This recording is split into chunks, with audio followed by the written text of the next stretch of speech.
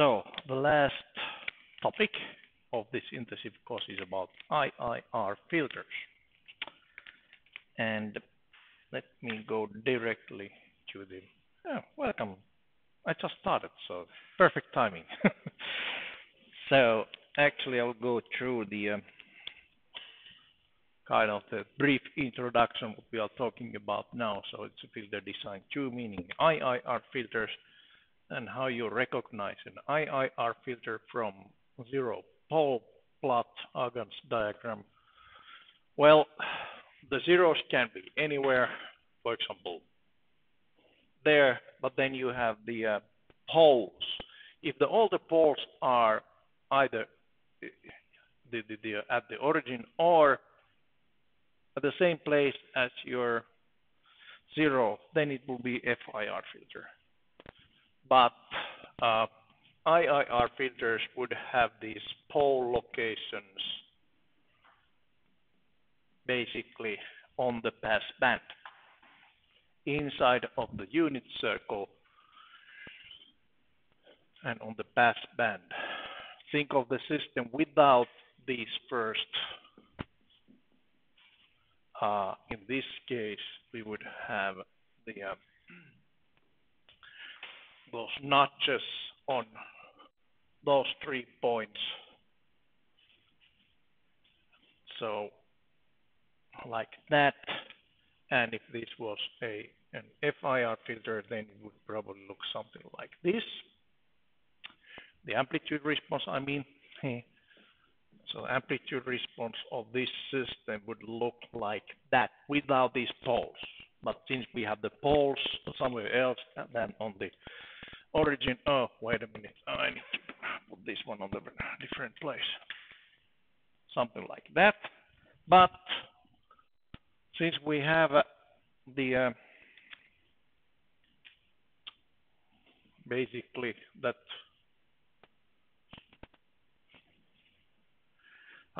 amplitude response is also can be marked like this,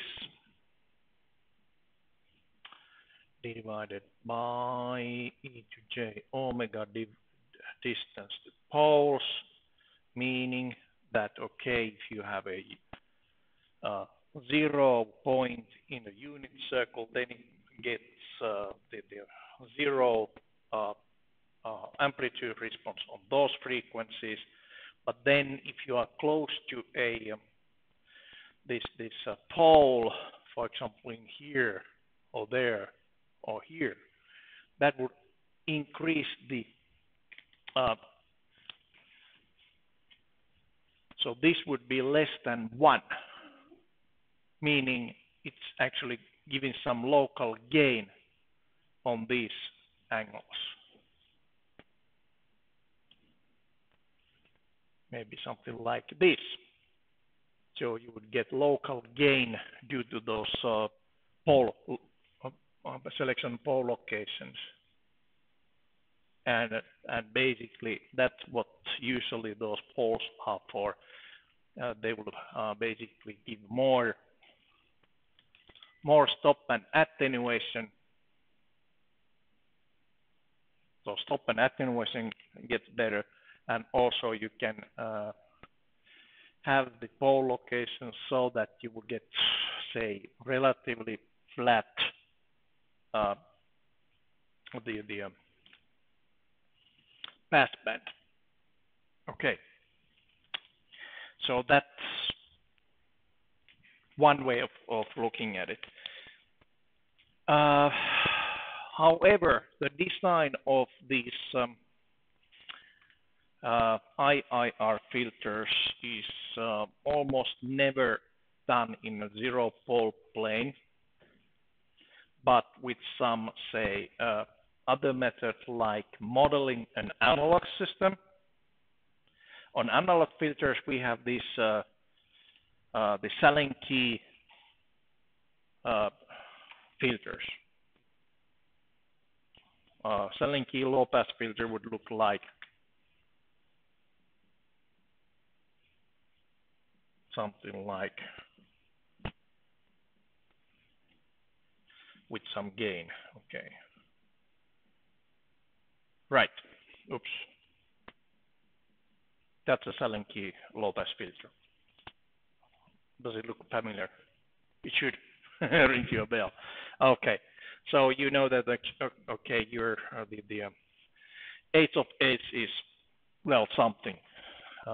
For low pass filter, I think something like s squared plus as plus b, something like that. In that form, second order low pass filter. I'm not sure about if this is plus or minus, but anyways, you should know that. Okay, so anyways, we can always model this filter. If there is a the h of s, you can do so-called bilinear transformation by setting s equals 2 over t s z minus 1 divided by z plus 1. That'll do the transformation from analog domain to digital domain, but with a distortion of, it makes actually quite a lot of, it's kind of violent operation, since it basically takes the plus and minus infinity on the frequency, the S-plane,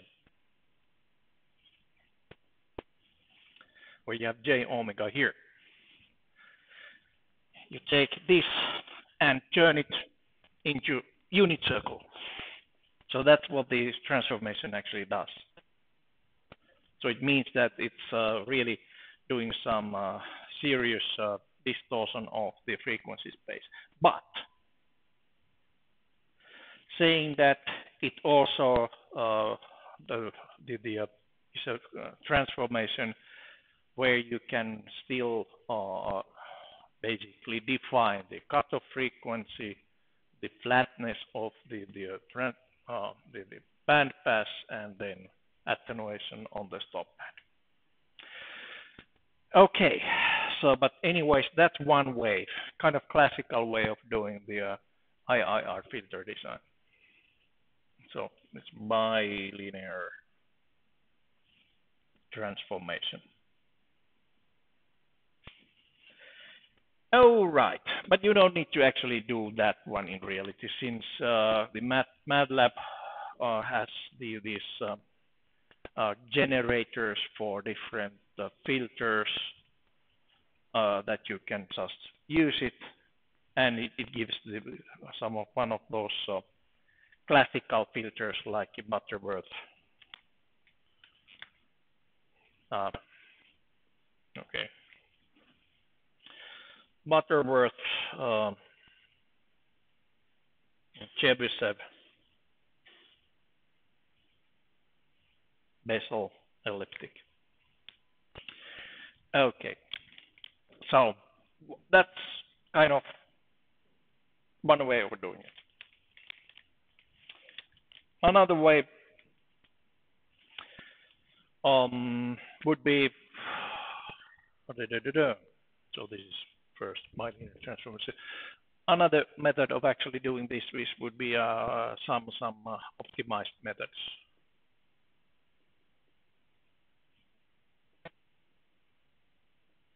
Where you basically first have a cost function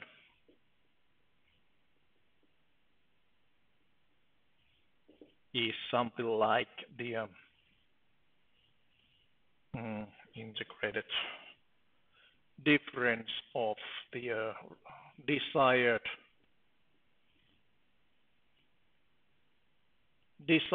or modeled, the desired transfer function, or actually e to j omega, and minus your model e to j omega,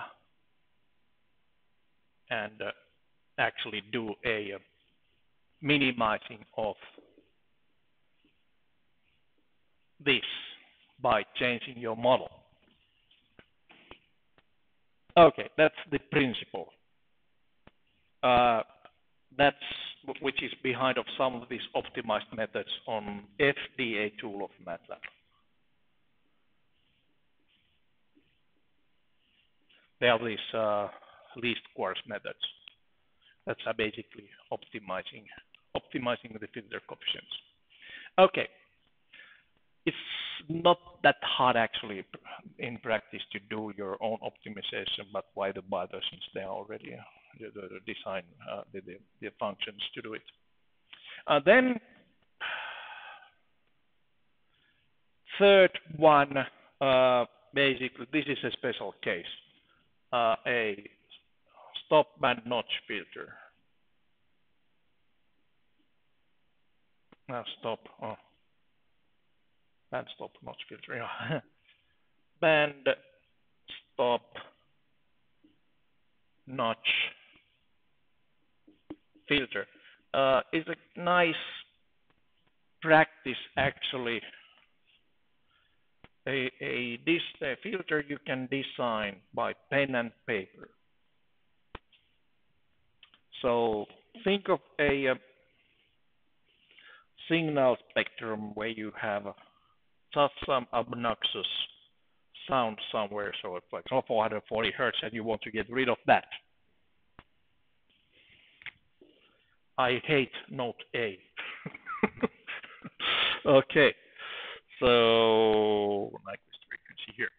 So basically what you would do is to take this frequency of whatever that is, our noise frequency, and the corresponding angle, the omega n,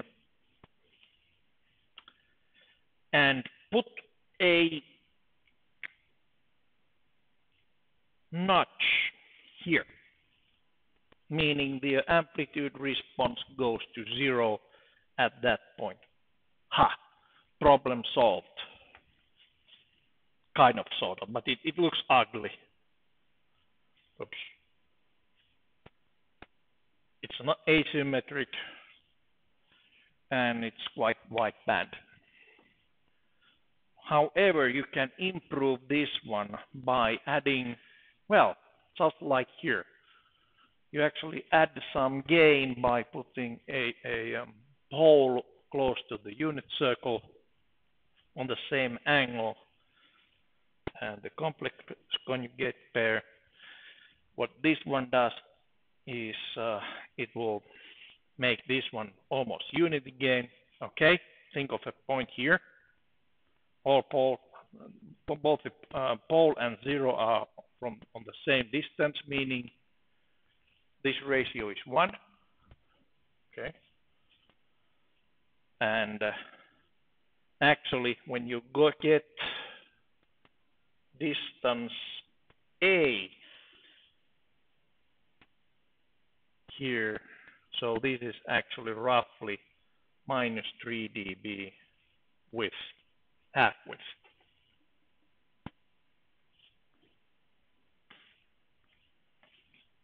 So you also get the control of the width of this filter. Well, simply A here is the F3 minus 3 dB divided by Fs times 2 pi. Just linear scaling the scaling this value to the complex angle. So after this, you get the amplitude response of this filter is much better in sense of a filtering properties. So it has almost flat passband, controllable the bandwidth, and the controllable the notch frequency. One more detail. Okay, we expand this part of that part there. Okay, let's put this one. So that 3 dB point, where that one actually comes from. Well, if this distance is A, and this distance here is also A,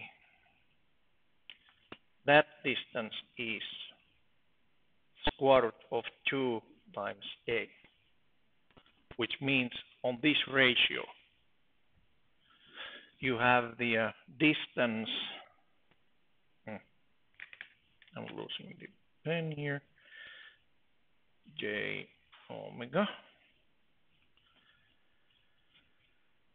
distance from E to J omega minus zk, and then E to J, oh well, z1, let's put it this one, or z2, this is z2 p2 minus p2, okay, and the other one, well, if you are here, basically the distances there are about 1, the ratio is about 1, okay. So, okay, so this upper distance is A, and the lower distance is square root of 2 times A. So yes, 1 over square root of 2, so it means that the amplitude is there, minus 3 dB. Right.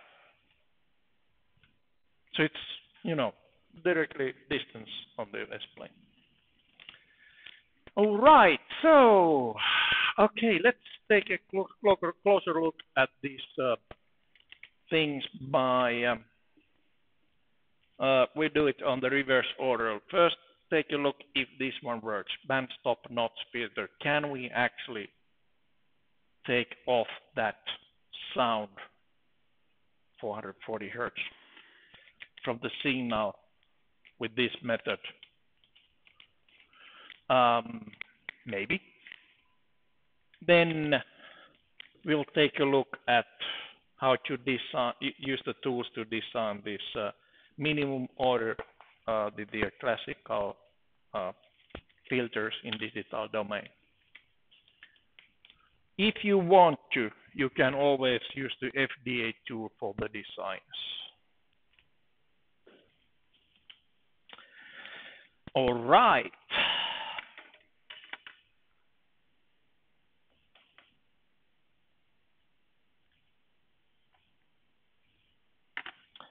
So, I'm working on an octave again. So let me start by creating some things to work with. So first, sample rate for the system. Well, we haven't used 8,000 yet. So 8,000 samples per second. There. Then the make some noisy signal. Oh, by the way, which part is noise and which part is signal? Well, it's up to the user to decide. Now I just decided that, okay, my sinusoid is the noise part. And this random numbers are the signal part. Ha ha. Could I do something fancier? Yes. Let me do some fancier things. Yes. So SNO equals say 0.5 times sine of wait a minute. Let me first make the sampling index vector 1 over fs to 1 second long sample time vector. Using that sample rate, yes. Sample the bay.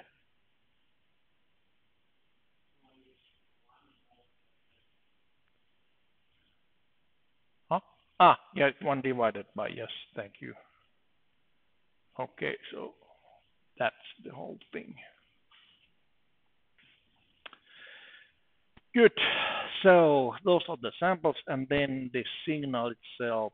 Let's put there the say 0.5 times sine of 2 times pi times 430 hertz times t plus, okay, 0.5 divided by 3, haha, of sine of 2 times pi times 3 times 440 hertz times t.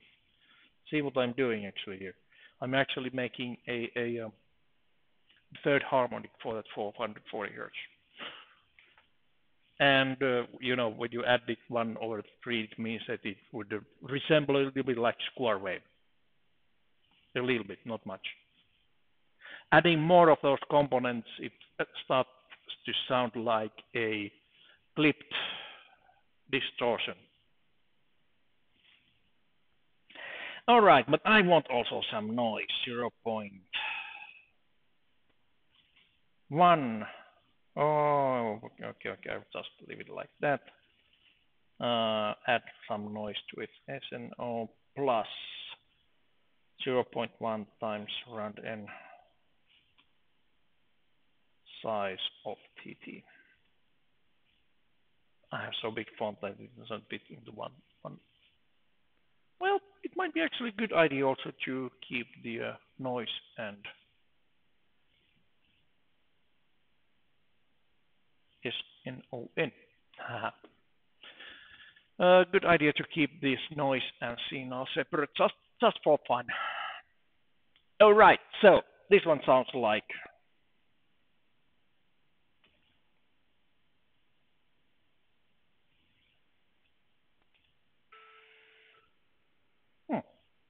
okay.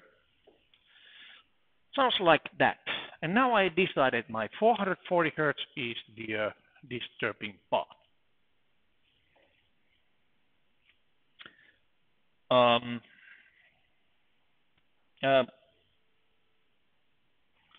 In reality, you would do the spectral analysis to find what is the disturbing part. But anyways, I'll just jump into conclusions here. So 400 filtering out the 440 hertz signal. It starts by defining my notch angular frequency, so that omega n 2 times pi times the notch frequency divided by fs. So this is the complex angular frequency.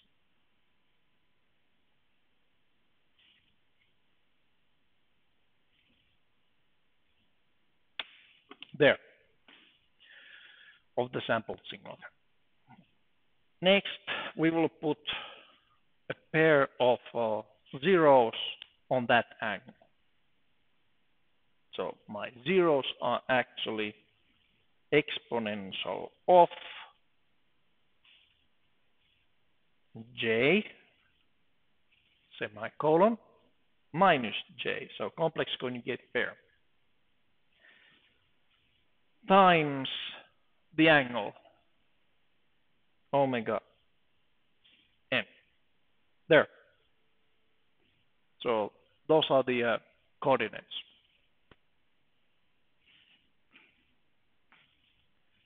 Quite close to the angle 0. Well, next we would then define the what we would be like to have as the minus 3 dB half width. So half width of the filter.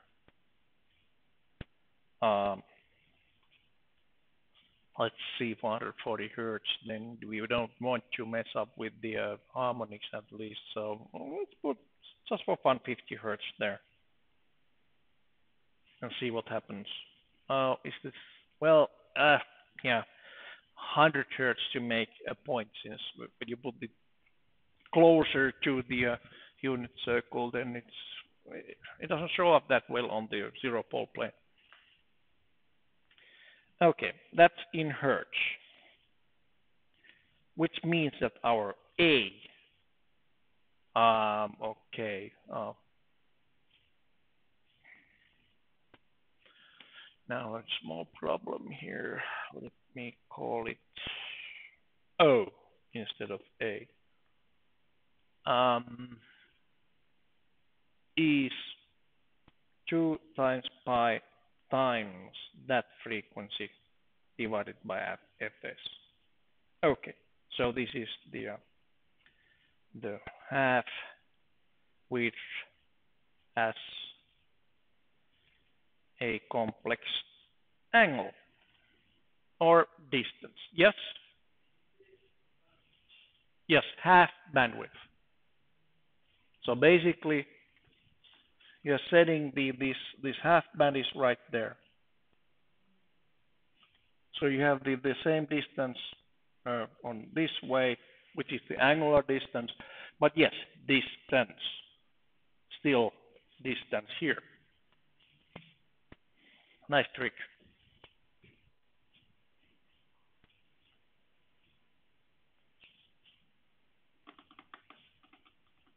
Complex angles on this the complex plane.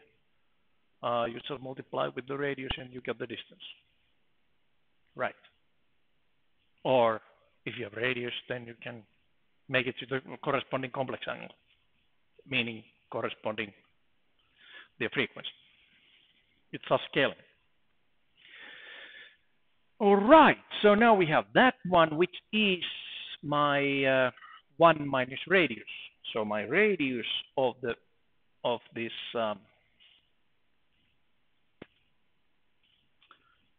pole is actually 1 minus O.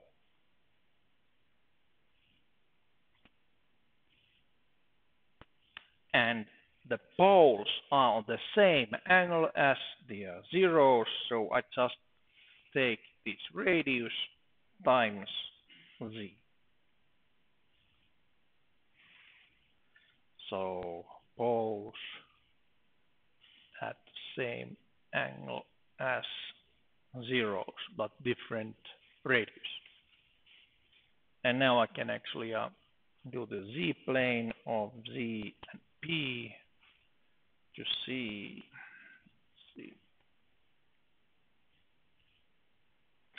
Sorry.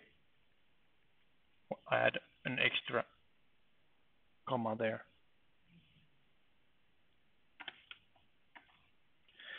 There we go. See, I got a zero pole plot there. And let's see, now I should be able to. Can I zoom this? Ha! Yes, I can zoom. All right, so same angle, and that distance is actually directly proportional to our half width. Okay.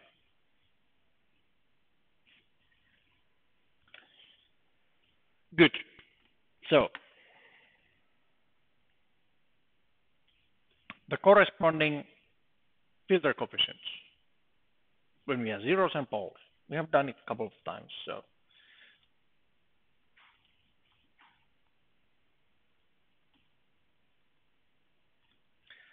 So the B are the polynomial coefficients of the polynomial defined by these zeros,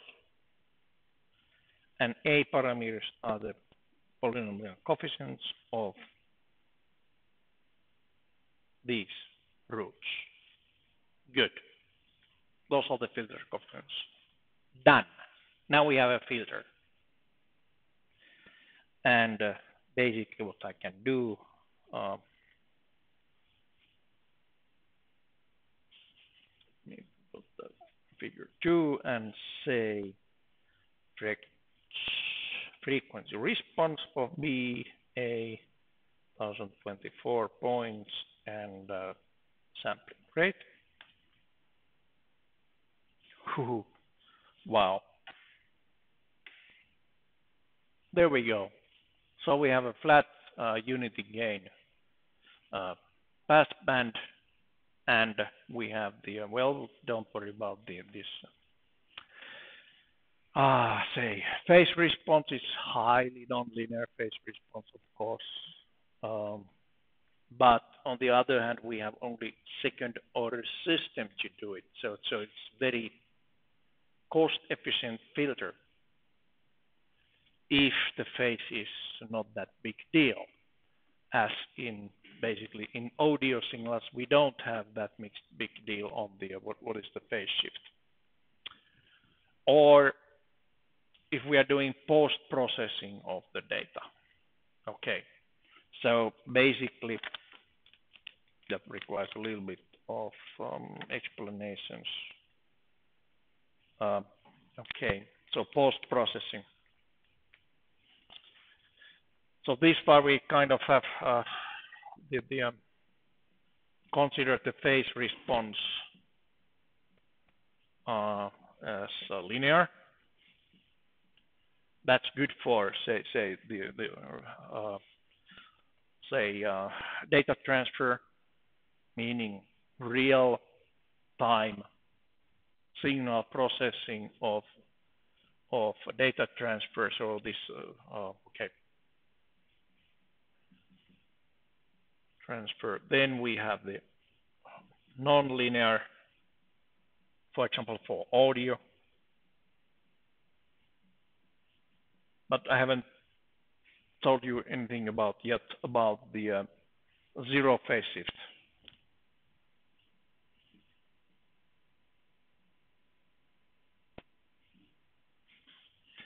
The zero phase shift filter, and that's basically the post-processing.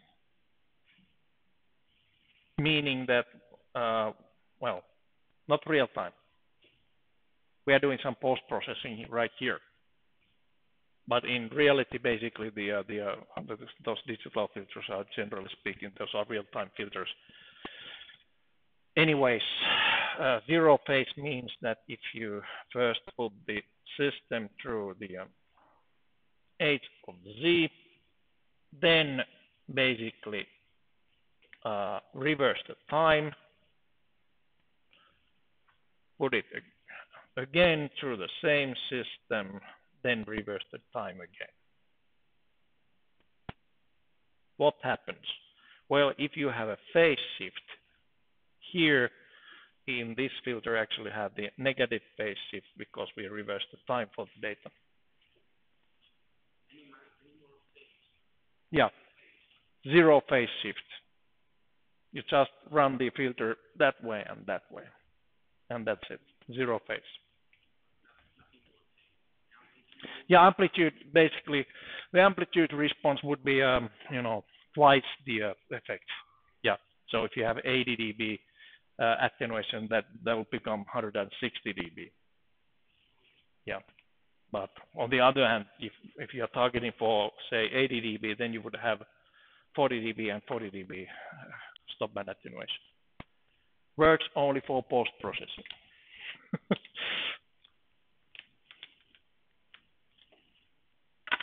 Okay, so back to the business. So now we have the frequency response like that, and we also had our signal somewhere. Yes, you have a question, yes. Okay, so if I want to buy a filter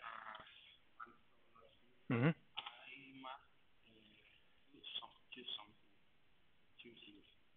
The first, I must know the frequency I Yes. want filter. Mm-hmm. And I must put the bandwidth. Yes. Bandwidth with the value of data. Yes. Yeah, those two things. Yep. This is good for small systems if you want to reduce the 100 Hertz humming.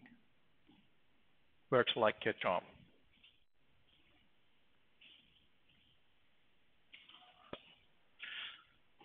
Okay, so Da-da-da-dum.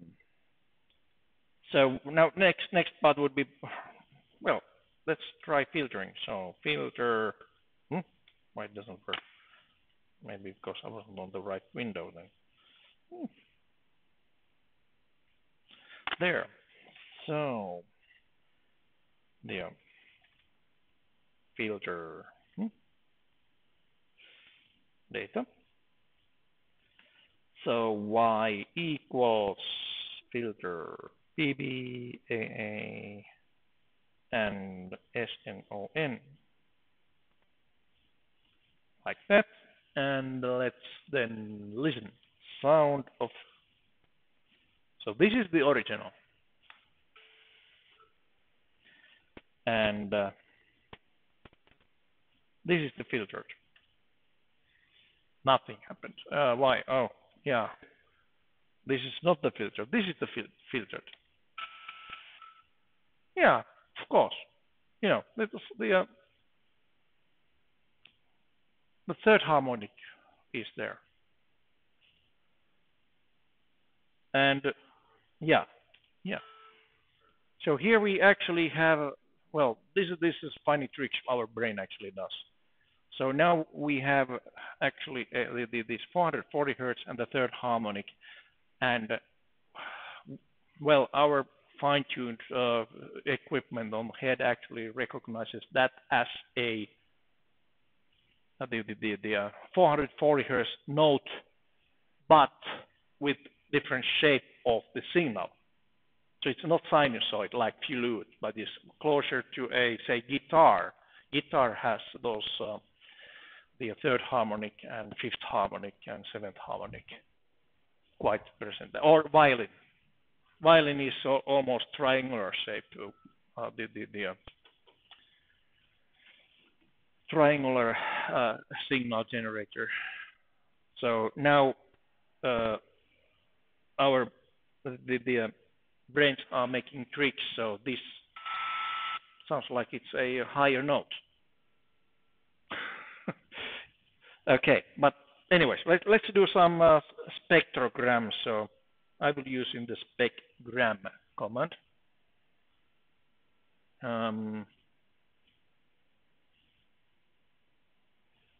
Why? SNON first. So I'm a lazy guy, so I will just do it like that. Oh, shoot. I should actually always.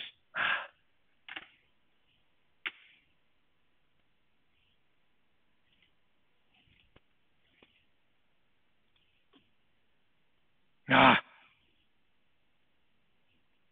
I hate when that happens. Bigger. That was my. Oh, that one, but the specgram. New figure. There. If I get it to your YouTube. Okay, there. So that's my original signal. 440 hertz and the third harmonic. Yeah, quite clear. Then how about the filtered signal? All right. For, I would guess that we have blue line on the place of the lower yellow line. Yes.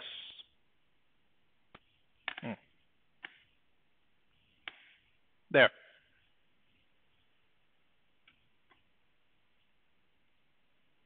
So that's the difference.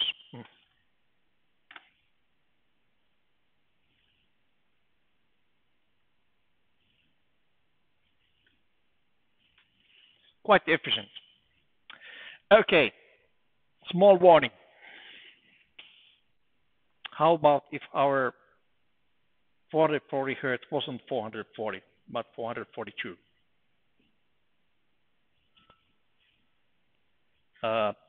Let me go and take a closer look at my filters. So if you have a very narrow notch,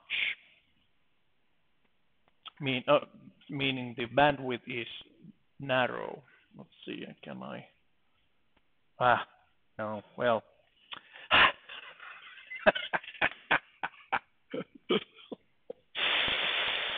Oh, I miss MATLAB.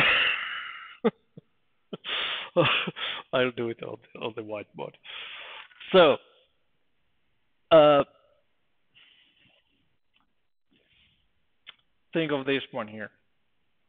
If our real frequency is actually somewhere here, it will immediately affect on this attenuation. If it hits exactly the right note, then it's effective. But if it's a little bit off, then it immediately starts to deteriorate this filter quality. But anyway, still, we are talking about second order system, which is very efficient to calculate. And also to tune. So if you had a spectral analyzer on a system which is basically maybe a digital the phase lock loop following what is this the exact frequency, then you could basically make a adaptive filter which follows that this 440 hertz signal plus minus something.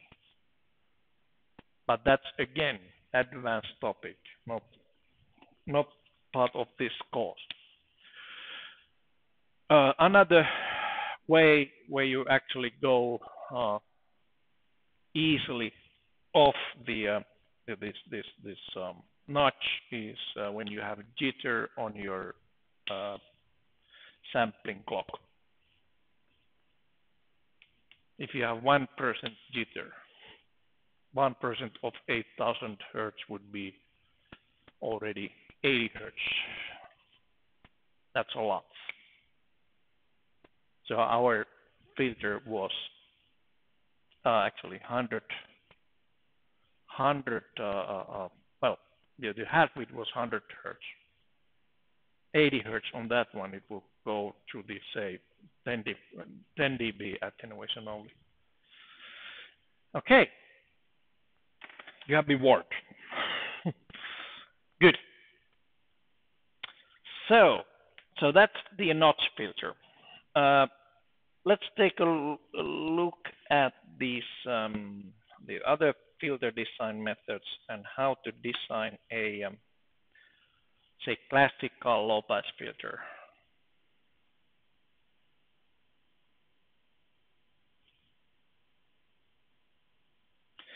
And these are classic analog filters in digital domain.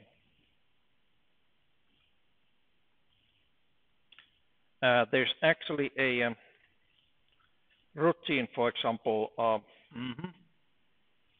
butter, which generates filter coefficients for digital filter. It can also be actually a design tool also for analog filters, although it's a little bit heavy doing it with these tools since there are better tools to do it.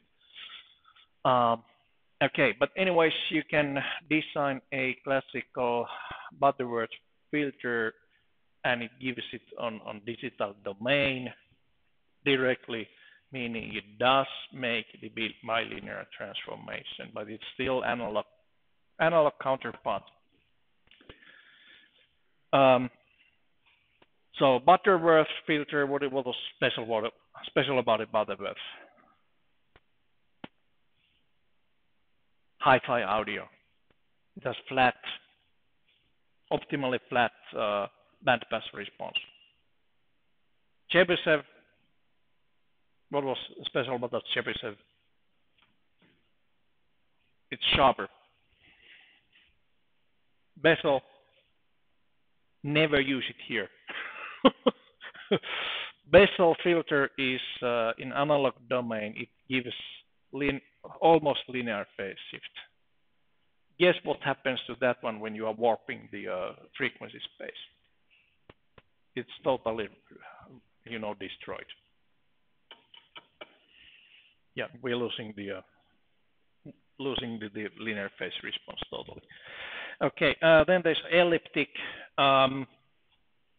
filters, which are usually used on these filter banks, that kind of stuff. But anyways, Butterworth and Chebyshev type 1 are the most common ones. Let's see, Chebyshev 2 is also done. Yeah, but anyways, those are the classical filters. And basically, how you start designing is that you have these filter requirements. Remember the box yesterday? So it starts from the requirement box. Not here, not there.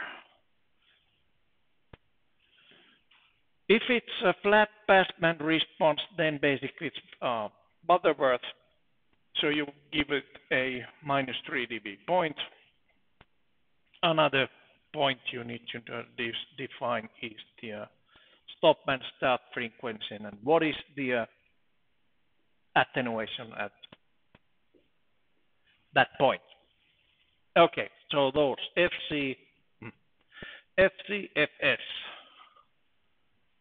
This is just for generating the filter coefficients, but there's another function to estimate the order number, okay, which is BUT-ORD.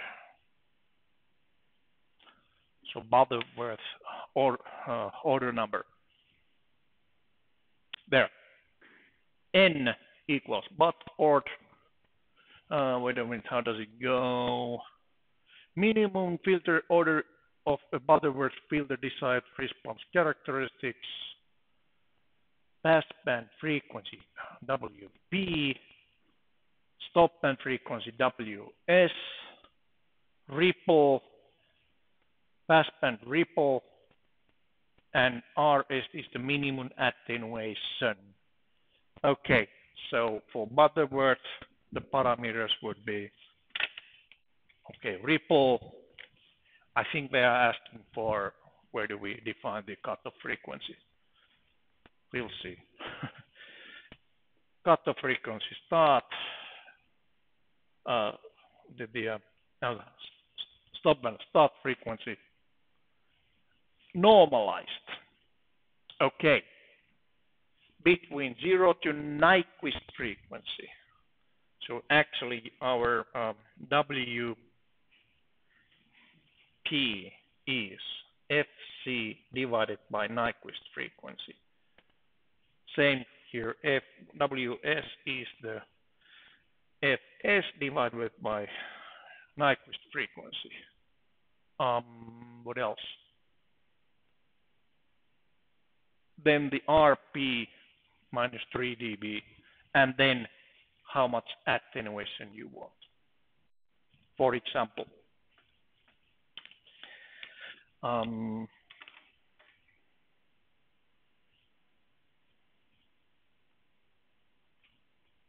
number for Butterworth type filter with the following coefficients. Stop and start frequency, let's put this one, for example, at 1 kilohertz.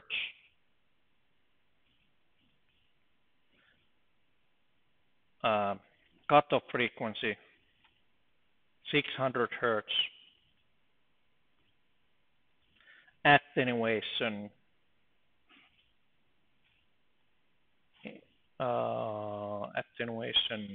say 60 dB on that.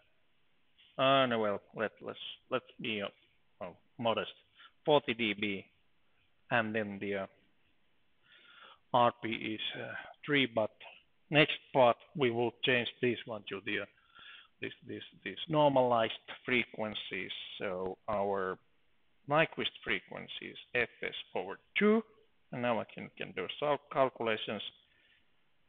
WP equals FC divided by Fn. Ws is Fs divided by Fn.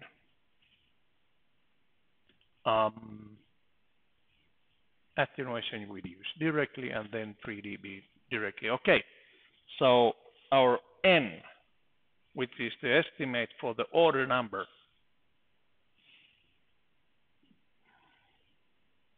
butter for order, Buddord, W P W S repo 3, and this RS is the same as the ATT.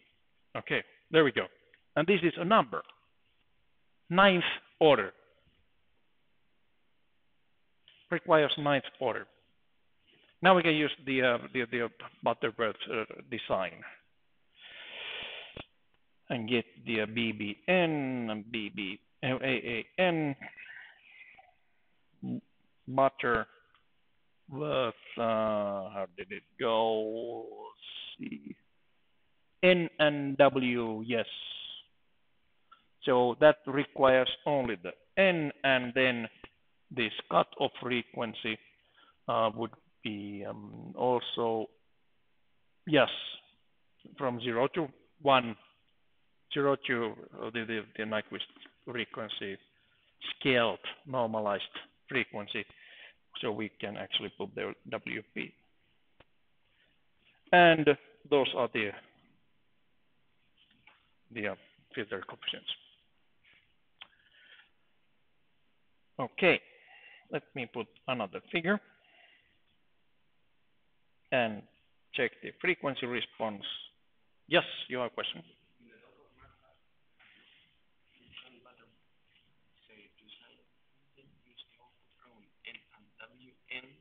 Yes, exactly. But what is the difference of WN and WP? Is it the same? Wait a minute. This one gives the also N and WN. Yes.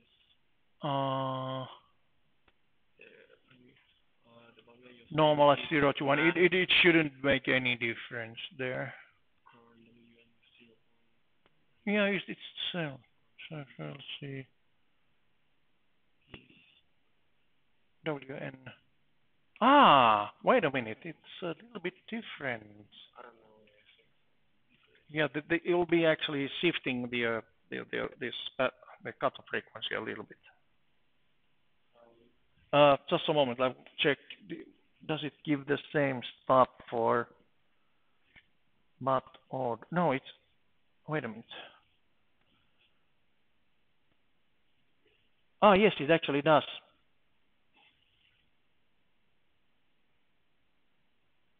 Okay, so it might actually help setting exactly the right frequencies. That's the but odd is just making the estimate, and this is actually the because of the bilinear transformation, you need to a little bit tweak the cutoff frequency. I think it gives the tweaked cutoff frequency, but yeah, better use that one. Maybe. Try it, see the difference. Well, this is not science, this is engineering. All right, so let me do it over again. Okay, N home N and WC was the parameter, but it comes out right. My WC is 1.5004. What is the WP? Okay, there's not that much difference in this one. You have a bigger difference on, yeah. Doesn't know, but we'll use it anyways. Doesn't it give you great confidence, you know? All right, so they're recommending using that one. So it's a little bit tweaked. So I think there's a more if you read the data sheet totally, it might have this some glue what it's giving.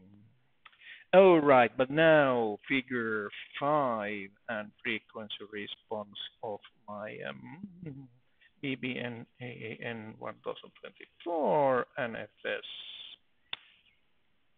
Syntax error. Why did I put there dots instead of commas? Maybe because I cannot see it properly here. Ha! Excellent. See.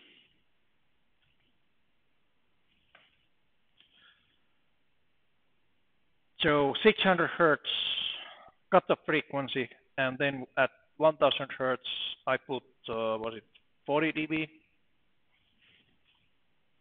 Yeah, 40 dB. Yeah, it's about 40 dB on that picture. So it definitely goes by the default. And by the way, when you're doing the bilinear transformation for these low pass filters, think of the analog filter which has the infinite.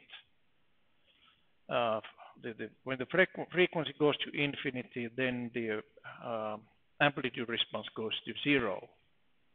So it always warps like that on these bilinear transformed filters.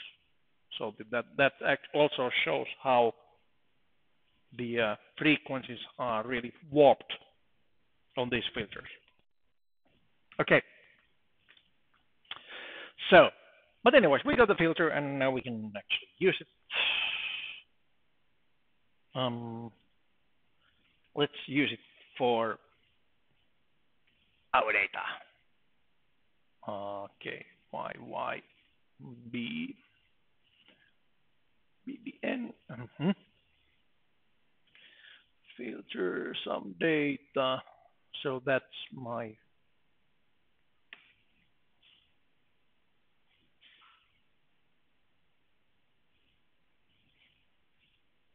sound with the harmonic 440 hertz and harmonic and noise, wideband noise. Bah. Sorry. Ah, different. The original.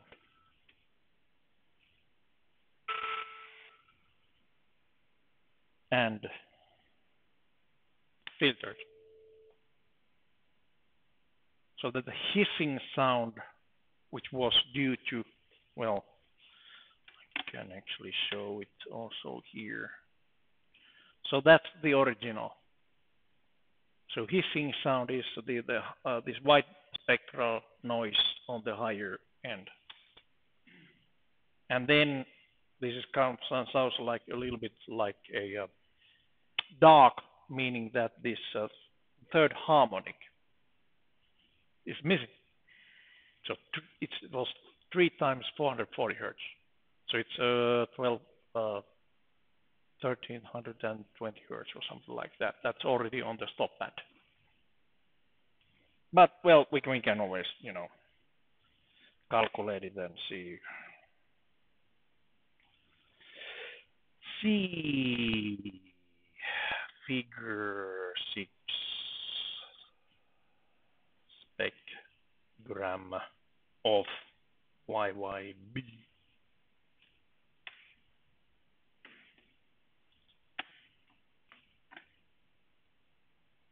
There. Makes sense. Right. It was a low pass with the cut frequency at 1 kilohertz, so it doesn't affect on our 440 hertz. But then the third harmonic is already on this downgoing slope, so there's something like 60 dB attenuation, which is enough for us. So human ear, basically the total dynamic range is from around -20 to 100 dB without damage. Well, 100 dB levels for more than 10 minutes can make you deaf. Okay, so below 80 dB. But anyways, dynamic range is about 100 dB total. But when you have, say, in music and that kind of stuff, you can basically reduce anything that is less than 40 dB from the highest, because basically your ear is saturating and these elements are saturating already there. Your brain does not anymore distinguish between different components. That's why you can really compress this, this music into very small packages, because you can actually get rid of a lot of components there. Anything which is lower than 40 dB from the maximum. Yeah, so that's why we don't actually recognize that third harmonic there at all. Unless if we filter this one with a notch, then we would hear that this third harmonic, but with a faint sound. You have a question?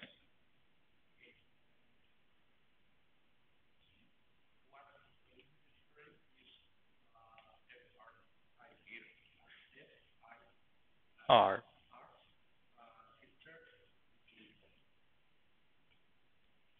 Yeah, it will be just different. Okay, let's take a quick look on one of those figures. So we had only 9th degree filter here. So basically we are already getting, something like at the end here. So, or actually we reach the 100 dB stop band attenuation already around, say, 1700 hertz. So the IIR filters are more cost efficient for this kind of audio processing, since to get a 100 dB attenuation on FIR would take much more time to calculate. It would be higher order.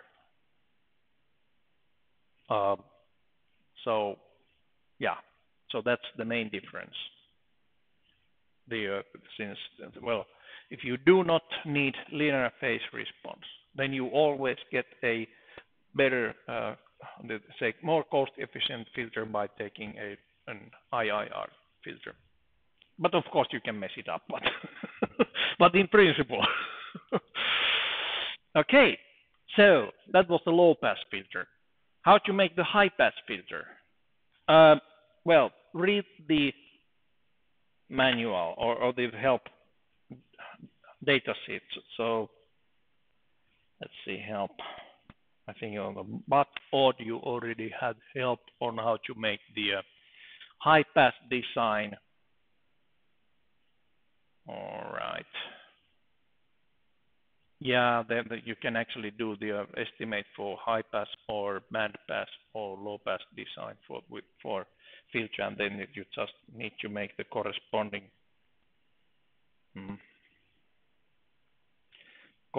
design in here. It's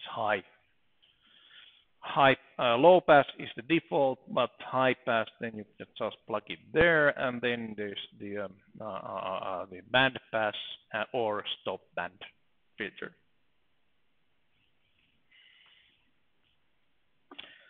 But everything starts from the fact that you need to first do the estimate for the order number.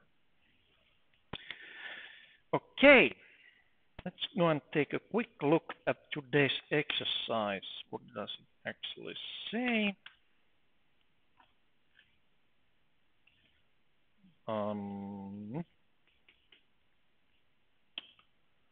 For infinite impulse response systems, band stop notch filter.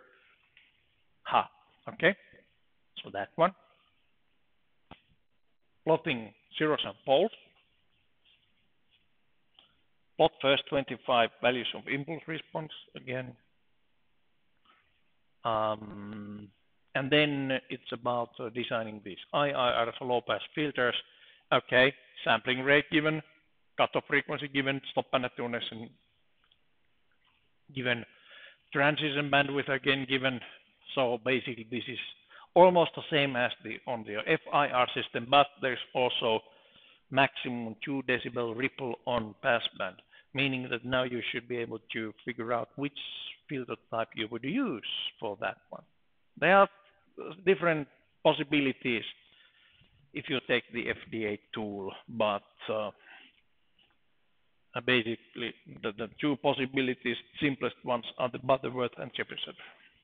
This one has a ripple, that one has zero ripple. Okay. Minimum order number, meaning you will estimate it with the Butt or Cheb order. Verifying the design from amplitude response graph.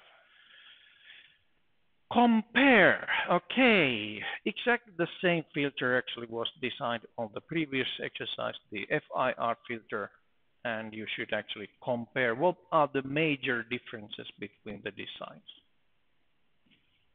What is different?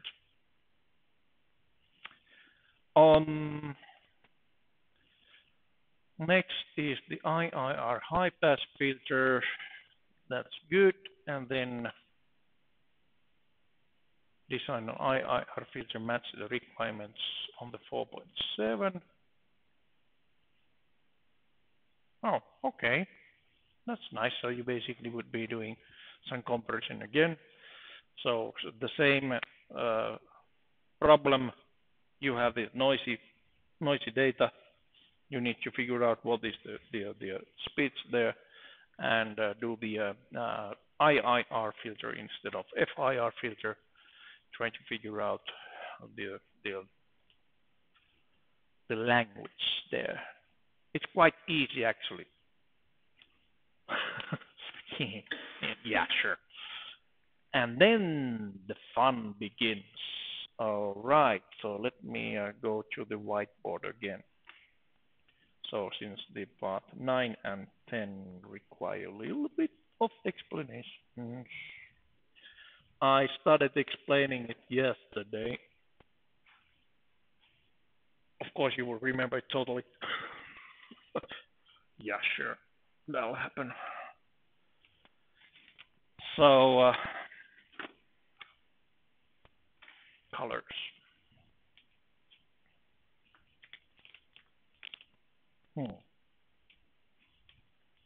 Where's the, oh, there's the white.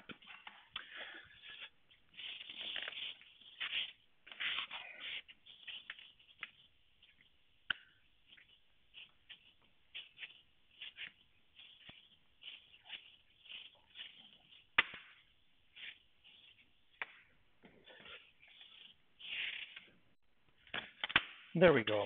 So, that's basically the 9th exercise is about having this tone adjustment for audio, which means that you would have 3 bands, Nyquist frequency. Low frequencies are actually from 0 to 200 Hertz. Then the mid frequencies are from 200 Hertz to 2 kilohertz. Then the high band would be from 2 kilohertz beyond.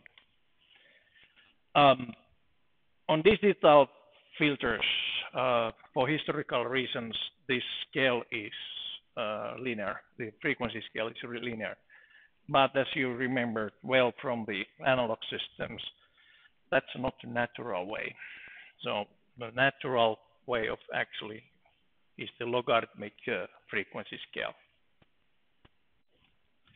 So basically, if we have note A at 440 Hertz, then we have the first octave A, is it A1, at 880 Hertz, and then double that one, 760 Hertz is the second. So basically, it's the kind of natural scale for human being in frequency scale is the logarithmic scale. So, but anyways, on digital domain, this is usually on the frequency responses, this is linear. Meaning that actually, let's put it on the perspective. So if this is 20 K here, or 22 point, 0.05 kilohertz here. Then this is 10K. This is 5. 2 kilohertz is here. 200 hertz is here. Meaning that these bands, this is the baseband. Then you have the middle band. Then you have the high band.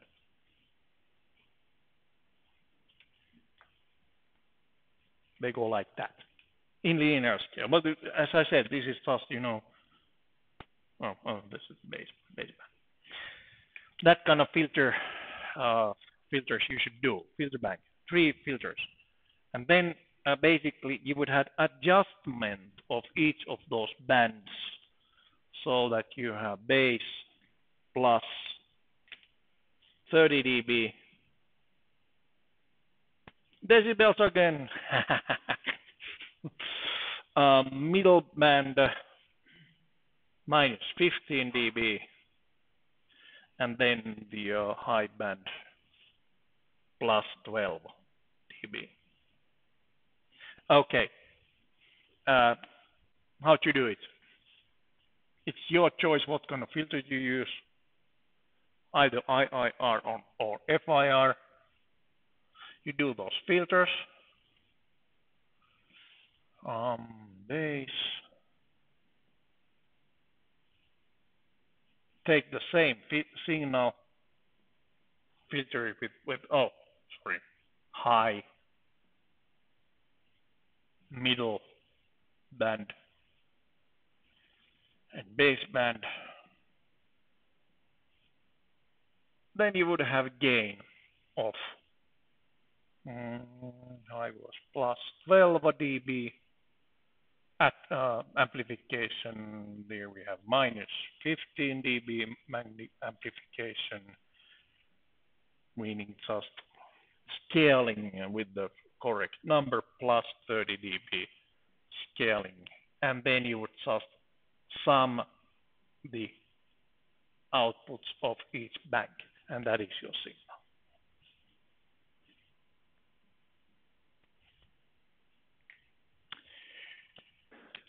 There. And then you can actually have fun finding some your favorite artist. But remember not to violate the copyright law. So you can sing yourself there and see what happens when you run through it through your filter. Maybe it sounds better. You never know. Okay, so yeah,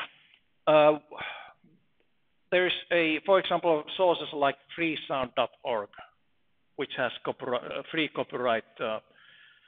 These sound samples you can play with, or you can record with your own.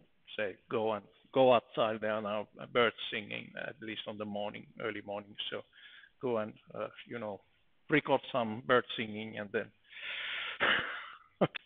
or some motorcycles, whatever, sound of silence, sound of humming, ventilators, whatever. I don't care about what is your favorite sound. Okay, so that's the 5th exercise. Before I stop, a friendly reminder.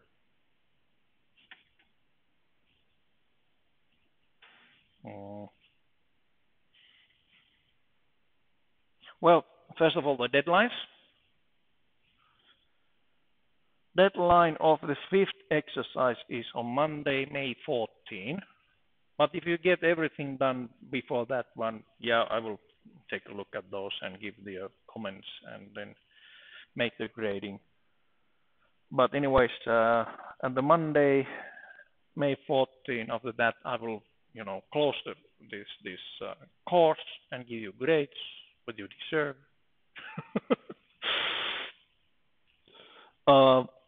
Then about the deadlines, the first exercise deadline is today.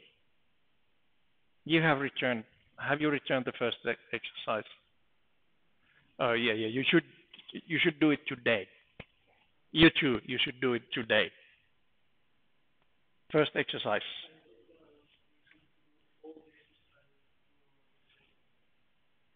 No, no, no. Basically, we have different deadlines for each of the exercises. You have one. Well, the second exercise deadline is already on Monday. I thought that. Well, yes, you won't have anything else to do this weekend. Not anymore. You don't cancel the parties. So, yep. Sorry about that. I just try to squeeze this one so that the May 14th would be this would be finished. No harm intended. Um, and try to actually do the first exercise return before you leave this lab so that I can check that everything is okay technically. It does not need to be your final answer since this what you are returning is the link to the answer sheet, which means that as long as I have not yet opened that link or started the assessment, you can still make changes. And I will give you a hint. I will not start assessment before Monday. No way. I need my rest too. You don't, but I do. you know, that's one a good reason to study hard and go to the do the needs, do the miles. So, yeah. Any questions? Excellent. Thank you. You have been a wonderful audience. So I will be coming here, also next year probably.